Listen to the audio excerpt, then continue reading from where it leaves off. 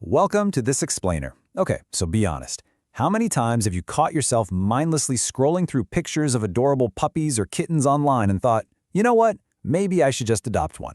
Well, if that's you, you are absolutely in the right place. Today, we're going to break down the fascinating research on the psychological benefits of pet ownership. We're looking straight at the hard data to help you make a completely fact-based decision before you actually bring an animal into your home. So, let's just dive right into it and tackle our main question. Is adopting a furry friend to counter feelings of isolation, elevated stress, and weakened immunity actually the right move for you? During times of social distancing, or honestly just those rough periods of life where we feel totally cut off from our support systems, loneliness can feel incredibly heavy. And naturally, a lot of people wonder if a pet is kind of the magic bullet to fix all that. All right, Section 1, the power of pets and how companionship heals. 15. That's a pretty specific number, right?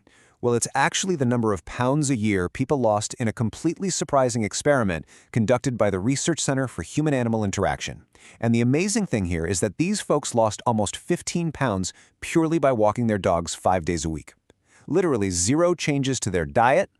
It turns out, having a four-legged friend who stands by the door and demands to go outside doesn't just get you into the sunshine for some vitamin D or give you an excuse to wave at your neighbors, it fundamentally boosts your cardiovascular health.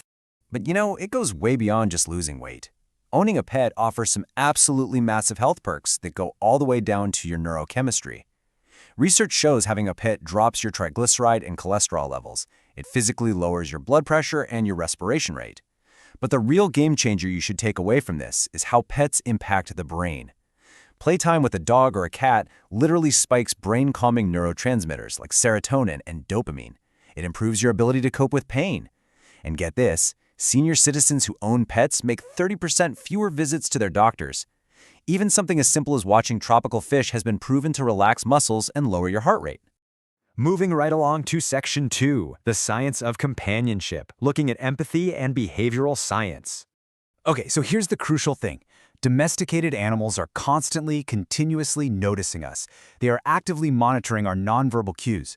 This was hugely popularized by Cesar Millan on the show The Dog Whisperer. He basically demonstrated how dogs read the tone of our voices, our body posture, and our overall emotional state. So it isn't magic when a dog looks deep into your eyes and seems to know exactly what you're feeling. It's basic behavioral science. They are tracking and reacting to your emotional baseline. And really, this deep empathy completely explains why certain breeds make incredibly capable emotional support animals, or ESAs. Because they are so intensely tuned into nonverbal cues, they can actively step in to comfort owners who feel overwhelmed by trauma. They literally notice, and then compensate for, details in the sensory environment that a highly stressed owner might completely miss. They provide this profound layer of comfort just by being incredibly observant companions. So all of this science kind of naturally builds to the most important question for anyone watching who might be feeling lonely right now. Maybe you're going through a lockdown or a personal crisis, and you are so tempted to impulsively buy a pet. With all these amazing health and emotional benefits we just talked about, the answer seems completely obvious, right? Well, experts overwhelmingly say no. Seriously. If you're feeling panicked or you're just looking for a quick fix to add some comfort to your life during a crisis, forcing a pet into your home is a terrible decision. Experts warn that adopting an animal as a temporary cure is only going to create significantly more stress for both you and the animal in the long run. Which brings us to Section 3, the true cost. It's time to look past the cute factor. Now, what's truly fascinating here is the sheer scale of the commitment nationwide.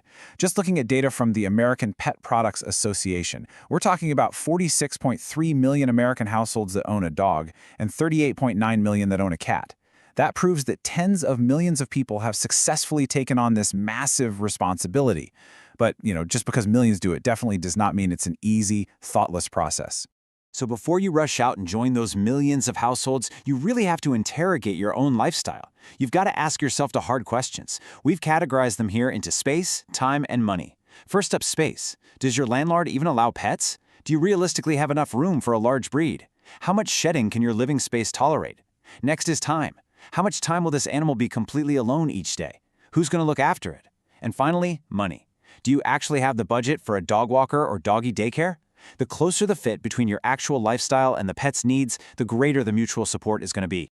Because honestly, the reality of this commitment can be absolutely staggering. Take this number, 50.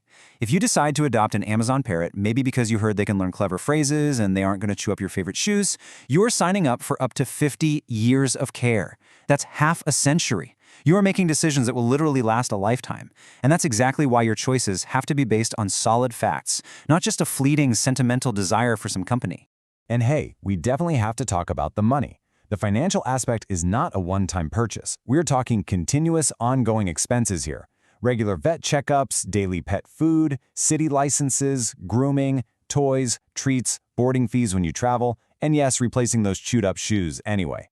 For anyone who is unemployed, on a fixed income, or preparing to return to a super busy office environment, these ongoing expenses can rapidly transform a cute little companion into a major financial burden.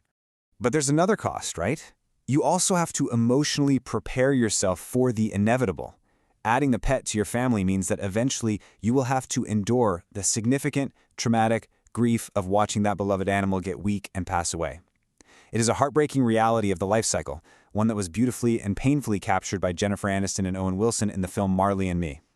When you sign up for the joy, you are signing up for the heartbreak just as much.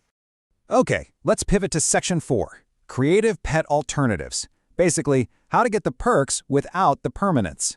Because the good news is you can actually still get so many of those physiological and psychological benefits of animals without the 50-year commitment.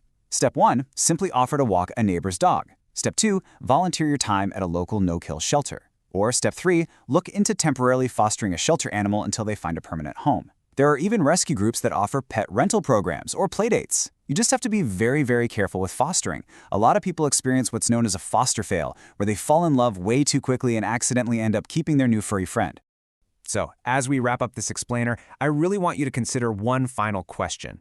We know every caring relationship adds value, and a cat, a dog, a miniature pony, or even just a low-maintenance turtle might absolutely be in your future. But you need to ask yourself, are you seeking a companion just to get you through a temporary crisis, or are you truly ready for forever? Because when it comes to bringing a living creature into your home, forever is literally the only timeline that matters. So, think carefully about your lifestyle, your budget, and your emotional readiness. Are you truly ready to be their whole world, just as much as you want them to be yours?